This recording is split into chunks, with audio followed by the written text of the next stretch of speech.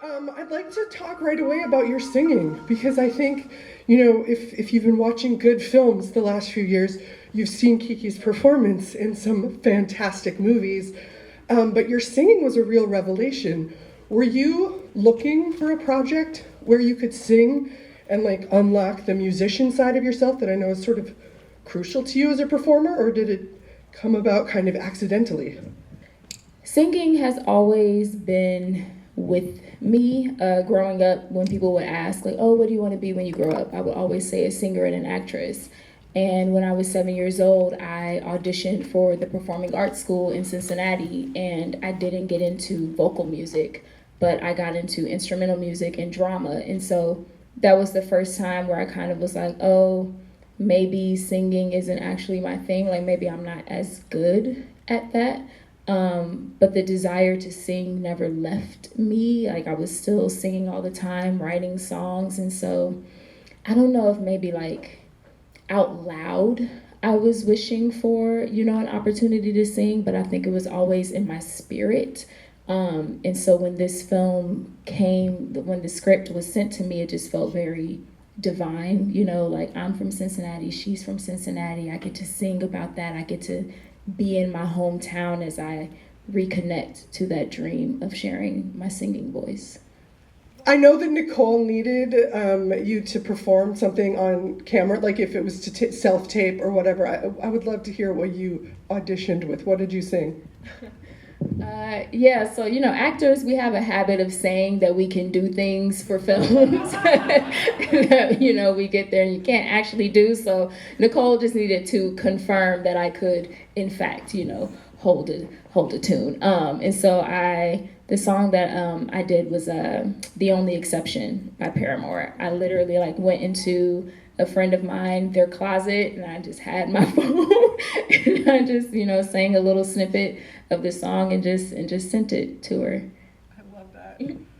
I'm sure that will surface someday when you're either most excited or most bummed. Exactly. Speaking of the singing process, I know that I had the pleasure of speaking to director Nicole Riegel at Bentonville Film Festival, so I pre-discovered some questions there. But she had mentioned that you and Thomas Doherty, who is obviously the lead in this, along with you, or under you, alongside you, adjacent to you, but that in terms of rehearsals, that uniquely because of the musical qualities, worked on harmonizing and worked on the duet and really getting your voices in sync. And I'd love to hear about that, and also if that process is something that informed your performance, and would you bring any of those elements to future rehearsals and connecting with actors?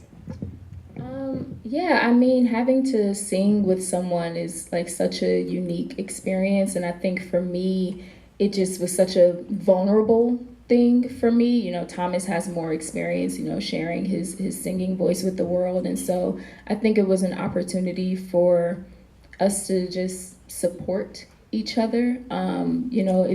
This project meant so much to both of us. Like, for me, the opportunity to finally share my music, and for Thomas, an opportunity to do a project that was like less commercial. And so I think we just kind of brought that vulnerability together into the rehearsal space, and just like as we were getting to know each other and just talking about the project. And yeah, I think it all kind of just like came together like that, just being able to be like, this is what this means to me. And I think that informed how we could, perform, on screen together. I love you just said, wait, no, Yep. I tried. Thought that maybe did. I love that you just said vulnerability, because I think that comes across so much in the performance, and it's key to like a good love story. It's key to a coming of age, whatever that age is that vulnerability. Do you think that because you had this additional musical quality, you kind of were just called upon to tap on a vulnerability in your own performance and approach? Definitely. Just carrying so much fear and insecurities around my singing voice, and to kind of, be in a place where I'm like, oh, okay, I'm actually about to share this side of me that I've really kept, hidden, essentially. So yeah, I had to be a lot more vulnerable, and I also had to be vulnerable just in terms of this journey that I've been on as an artist. I connect so deeply with some of the things that Dandelion is wrestling with. It's not easy being a part of the entertainment industry and like going after it, and even like in the position that I am where I've accomplished so much and I feel so very blessed with the things that I've been able to do and the opportunities that I've been given. There's definitely still, I mean, there's some hard days, there's some very hard seasons where you're just asking yourself like, can I do this? Is there space for me to do this in the way that I actually want to do it? And so I really had to bring all of that to this role. It just wouldn't work if I could not, you know, dig into those parts of myself and just put it all out there. I think that comes across really authentically. And I think that the other component of it, there's the parallels between what she's doing in terms of, like you said, fighting for a space and what you're prioritizing as an artist. And, you know, there's paying the bills, there's taking care of your family, there's dealing with everything in your life. And then there's that drive and that push of like, I'm going to keep doing this thing. I'm going to sing to these people that are disinterested in me. I'm going to put myself in awkward places. Were there other parts of Dandelion's story that you connected with in that way? Definitely. I mean, when I first got started, I was in Chicago doing, you know, theater in tiny storefront theater spaces, getting paid like $150 for like 6 weeks of work. Like, you know, I definitely connected with that of just like, it's your passion, but it's not quite paying the bills and all of that. But you can't quite hold a regular job because it interferes with what you actually want to do. And then your family's kind of giving you the side eye, like, girl, get a 9 to 5. But then you're like, what if I do that? I'm going to miss auditions. So like, I know what all of that is. And I also know what it is of like loving art and being an artist so much, but getting older. And it's like, I want my life to look a certain way, and these things seem to not quite be in alignment. So like that scene that Dandelion has with her mom when they're in the kitchen, you know, like after I did that scene, a lot of our crew members were emotional. And of course, you know, I went to an emotional place as well. And we all just kind of like had to sit in the truth of, we've had those types of conversations of fighting to remain an artist, fighting to continue to prioritize being an artist, fighting for people to understand what it means to us that this is who I am. Who am I if I'm not doing this thing? Yes. No, that's perfect. I think, lovely. I think connected to that, and I'm wondering, because I'm sure a lot of people here that it resonates, if it's music, if it's film, like a lot of people who live in the city and you know, are involved in the sphere have dreams of a similar arc, even if it's a little different. And I think tied to that is also the other struggle that Dandelion has within the arts, which is the comparisons. And there's something so powerful and so recognizable, and that the people that look up someone online who was at the same point as them at one point, and now they're doing something, and what does that mean for me? So I'd love to hear your thoughts on that. Oh, absolutely. Especially in the day and age of social media, like, good Lord. I'm 32, and sometimes I'll go online and there's like a 10-year-old making millions of dollars on YouTube, and I'm like, whew, I made some mistakes. And I guess my mom did too. Like, girl, why didn't you start? Should have put a camera in front of me. It's weird. It's so weird. And like, that's something when I go, I love to like go to colleges and high schools, and I love to talk to students, especially students pursuing the arts. And that's one thing that always comes up for me to share with them, is be mindful of comparison.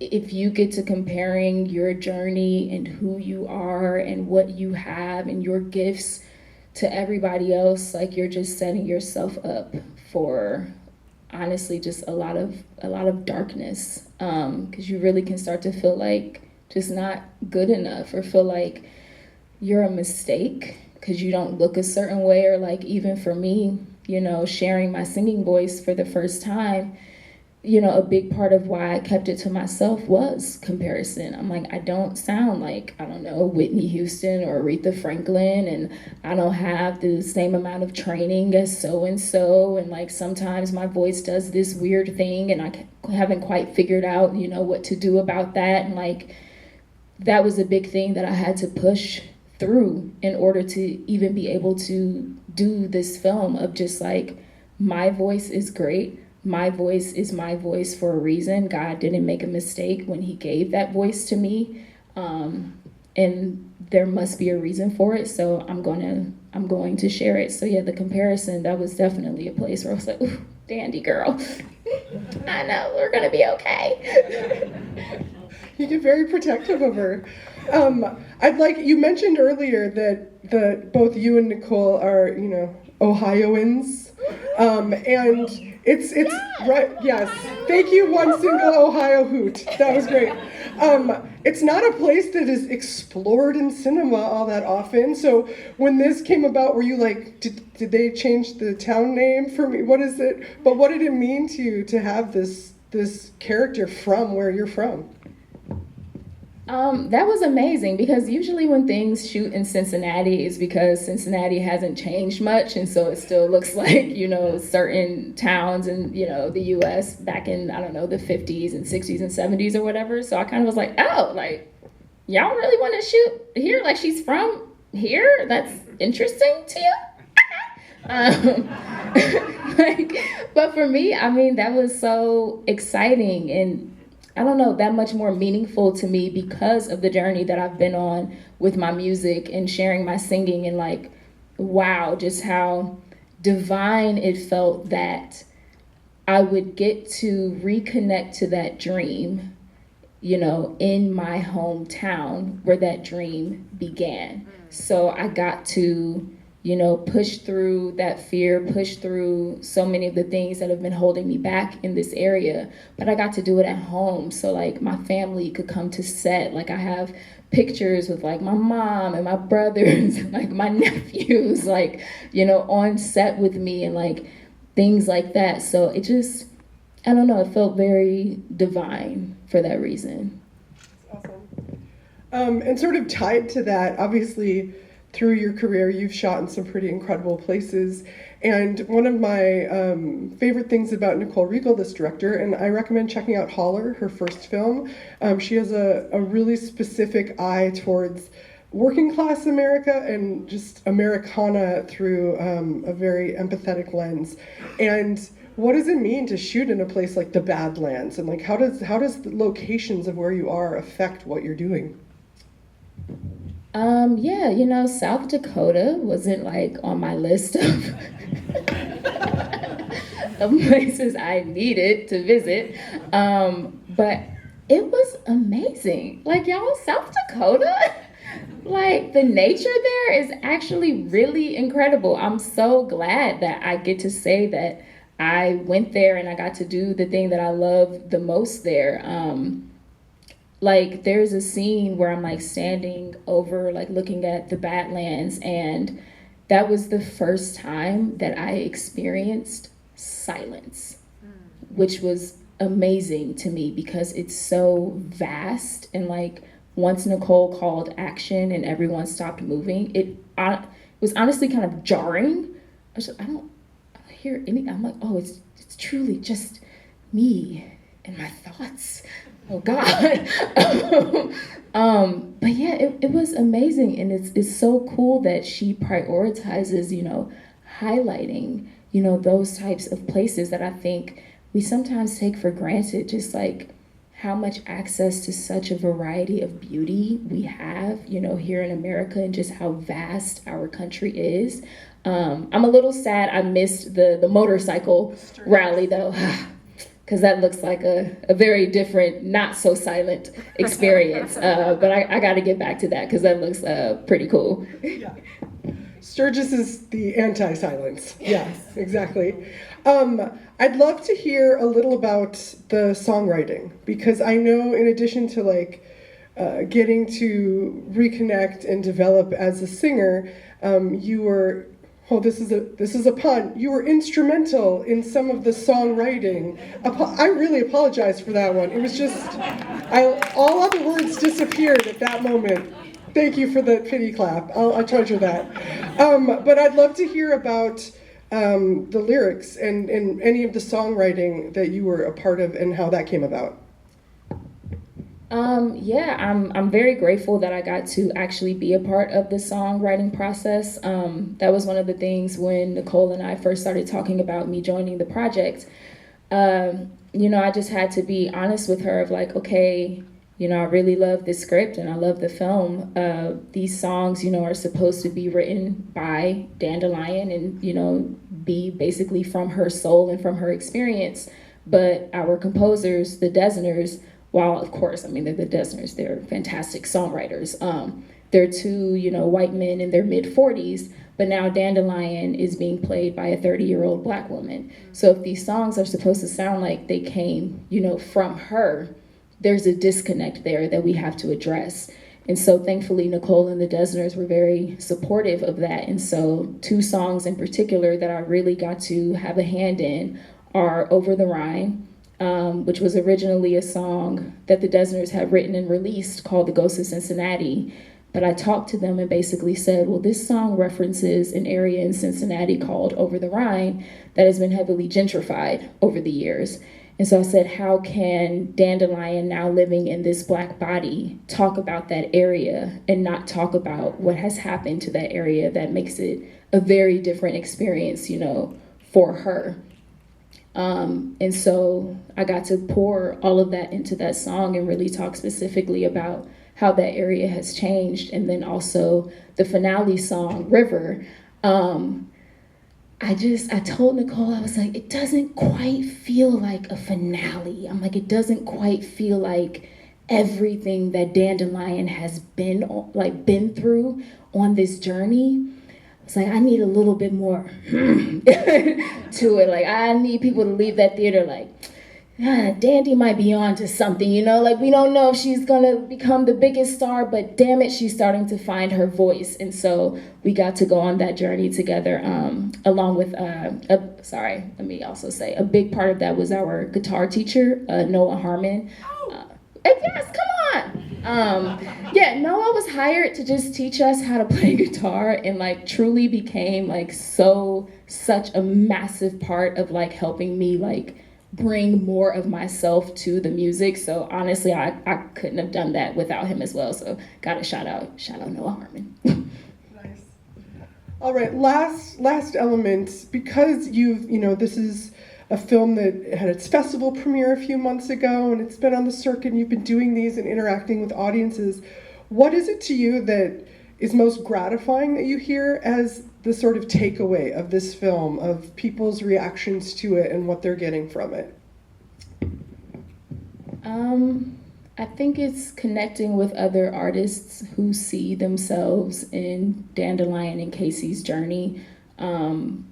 Just having conversations with audience members afterwards and just being able to connect with artists who understand, so many of the things that we see these characters wrestling with, who have also asked themselves those same questions, who have also, been kept up, late at night, kind of thinking and worrying about so many of the same things. I think that's been the most meaningful thing to me in terms of audience response and just connecting with people, through just what it means to be an artist and what it means to be passionate about something, even if it's not art, just what it means to have a dream that maybe doesn't make sense to everyone around you, but inside of you, it's the most important thing. I love that. I just want to end by saying, if you responded to this, please support this film. Indie film lives and dies by word of mouth. There's not gigantic billboards all over maybe there's a couple, but please go find 20 of your closest friends and encourage them to go see it this weekend when it comes out. And also follow them on social media, leave a review on Letterboxd. All of those things help. Whatever the algorithm is, it's kind of over my head, but this is the things I've sussed over the years. So thank you so much for coming out for this. Please let other people know about it. Kiki, thank you so much for being here.